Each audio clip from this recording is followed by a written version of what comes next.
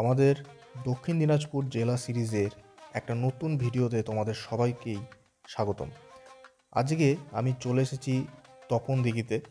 গঙ্গারামপুর থেকে প্রায় 15 কিলোমিটার দূরে রয়েছে তপন চৌরঙ্গি মোড়। সেইখান থেকে বাঁদিকে যায় বালুরঘাট ও ডান দিকে যায় করদহ, কিন্তু তপন দিঘিতে যেতে হলে তোমাদেরকে যেতে হবে সোজা। আর এর কিছুক্ষণ পরেই পড়বে তপন মোড়, সেখান থেকে ডান দিকে ঘুরে যেতে হবে। তারপর তপন হাই স্কুলের পেছনেই কিন্তু রয়েছে সেই দিঘির main entrance gate. So hello everyone, আমি Suman and welcome back to my new blog.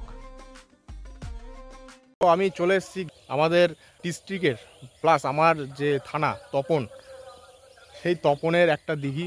এটা হচ্ছে তপন দিঘি। জল সেরকম নেই, বাট জায়গাটা কিন্তু অদ্ভুত, খুব সুন্দর। আমরা দেখছো আমার পেছনে অনেক পাখিটাকে উঠছে।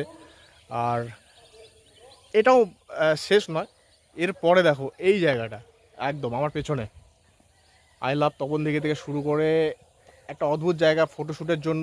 ওইদিকে একটা পার্কের মতন রয়েছে। এই দেখো, মানে বসার প্লাস বসে ছবি তোলা, গল্প করা থেকে শুরু করে গোটা দিঘি তোমরা ঘুরে নিতে পারবে। একদম গোটা দিঘির মানে রাউন্ড করে রাস্তা তৈরি করা আছে। ইতিহাস পড়লে জানা যাবে তপন দিঘিটা খনন করিয়েছিলেন সেন রাজা লক্ষণ সেন।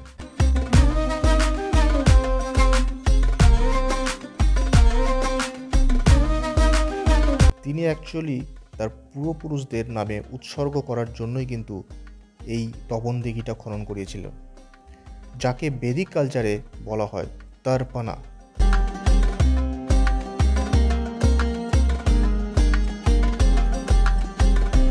এর উল্লেখ মহাভারতের বাণ পর্বেও আছে, অর্থাৎ বাণ রাজার সময়কার কথা।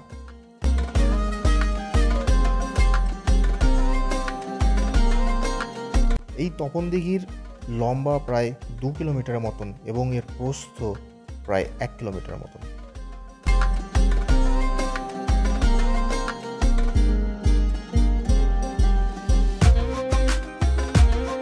জল হয়তো সেরকমটা নেই, কিন্তু এই তপন দিঘির একটা ন্যাচারাল লুক কিন্তু চেঞ্জ হয়ে গেছে এর অ্যাডমিনিস্ট্রেটিভ কাজের পর।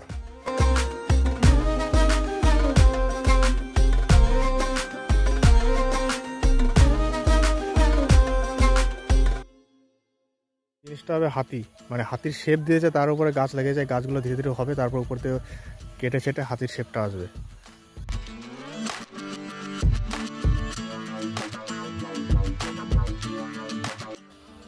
অনেকে এখানে উঠে উঠে ফটো তুলতে পারবে।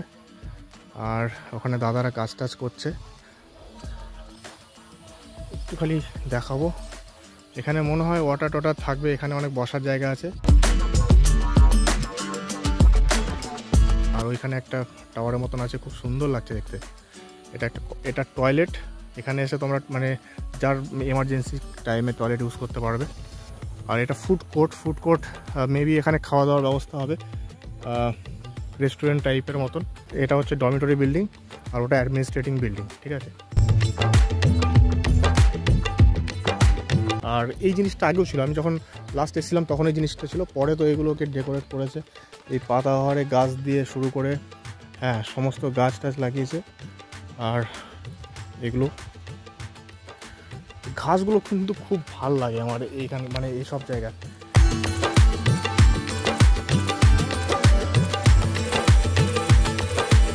আর এটা কিছু বলার নেই ভাই, ইন্ডিয়ান একটু তো নোংরা করবেই, কিন্তু তবুও জায়গাটা খুব সুন্দর আছে। এখনও লোকজনকে অ্যালাউ করছে না। আমরা একটু ওই দিকে একটুখানি যেতে চেয়েছিলাম, বাট বলছে যে এখন নাকি প্রবলেম আছে, এখন সবাইকে অ্যালাউ করছে না, কারণ কাজ এখনও চলছে। তোমরা দেখছো এই পিচগুলো এখনও কিন্তু ঠিকঠাক পালিশ হয়নি। এই যে জেসিবি রাখা আছে। কাকা, কাজ এখনও চলছে নাকি? কতদিন লাগবে তাও কাজ শেষ হতে? তো কাজ শেষ হতে কিন্তু টাইম লাগবে।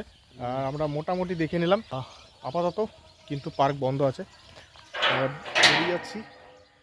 আর এই ছিল আমাদের তপন দিঘি, আমাদের ডিস্ট্রিক্টের বলতে পারো একটা খুবই সুন্দর একটা জায়গা। আমরা কালদিঘি পার্ক দেখেছি, কালদিঘি পার্কটা মোটামুটি ঠিকঠাক। আর তপন দিঘিটাও এখন কিন্তু মানে দারুণ ডেকোরেট হচ্ছে। আর এইখানে তোমাদেরকে দেখাই, এই জায়গাটা মেবি এখন টিকিট কাউন্টার হবে, আর তোমরা এখান থেকে টিকিট কেটে নিয়ে কিন্তু এখান থেকে ঢুকতে পারো। ঠিক আছে, ঢুকে নিয়ে এটা পুরোটা একদম কি বলবো, পার্কের মতন করে দিয়েছে, ঘুরবে ফিরবে। শুধু দিঘি নয়, দিঘির বাইরেও একটা ইয়ের জায়গা আছে ওই দিকটা, ওই গাছপালা আছে, তোমরা ওইখানেও কিন্তু ছবি টবি তুলতে পারো। তো একটা ভালো জায়গা হবে তোমাদের কাছে এটা ঘোরার মতন। তো চলো আজকের ভিডিওতে তপন দিঘিটা এইটুকুই, দেখা হচ্ছে নেক্সট কোনো ভিডিওতে।